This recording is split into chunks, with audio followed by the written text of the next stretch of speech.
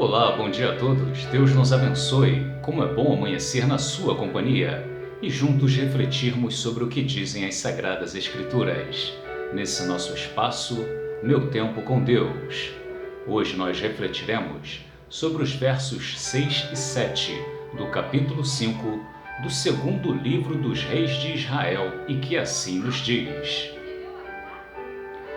A carta que levou ao rei de Israel dizia: Junto com esta carta, estou te enviando o meu oficial Naamã, para que você o cure de sua lepra. Assim que o rei de Israel leu a carta, rasgou as suas vestes e disse: Por acaso eu sou Deus, capaz de conceder vida ou morte? Por que este homem me envia alguém para que eu o cure de sua lepra? Vejam como ele procura um motivo para se desentender comigo. Já não bastasse o chamado analfabetismo tradicional, que é aquele conhecido pelas pessoas que não sabem ler e escrever, o Brasil também sofre com o conhecido analfabetismo funcional, que é aquele onde a pessoa até frequentou a escola, ele aprendeu a ler e a escrever, mas não consegue interpretar o que lê e também não consegue expressar algo através da escrita. Esse tipo de problema vem acarretando sérios problemas ao longo de milênios, como o que acabamos de ler.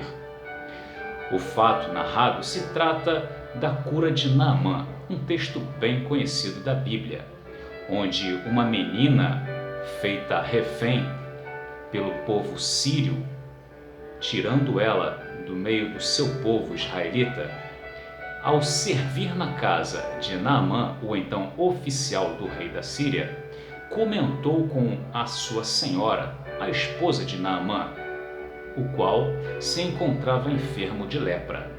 O comentário dela foi o seguinte: se o meu senhor fosse até o profeta de Israel, ele certamente ficaria curado de sua lepra. A esposa de Naamã rapidamente comunicou isto a ele.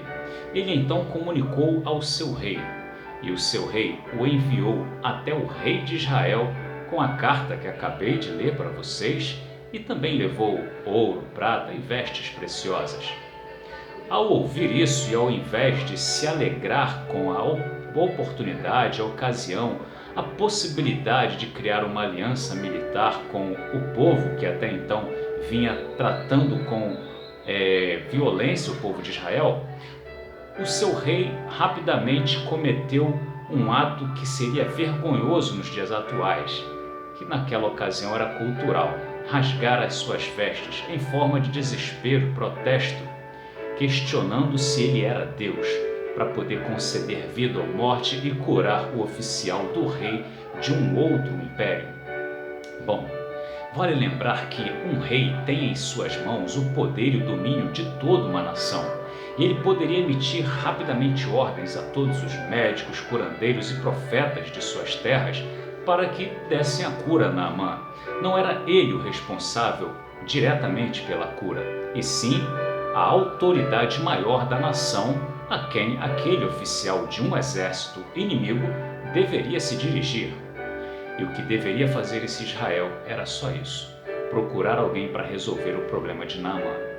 Mas ele não interpretou corretamente o problema que se aproximou dele, demonstrando fraqueza, demonstrando irritabilidade e demonstrando o quão pequeno ele era diante de conflitos e problemas. Para a alegria de todos, o profeta Eliseu soube do ocorrido e tratou de ensinar a Naamã como ser curado: mergulhar 7 vezes no Rio Jordão. E ao 7º mergulho, Naamã ficou curado de sua lepra.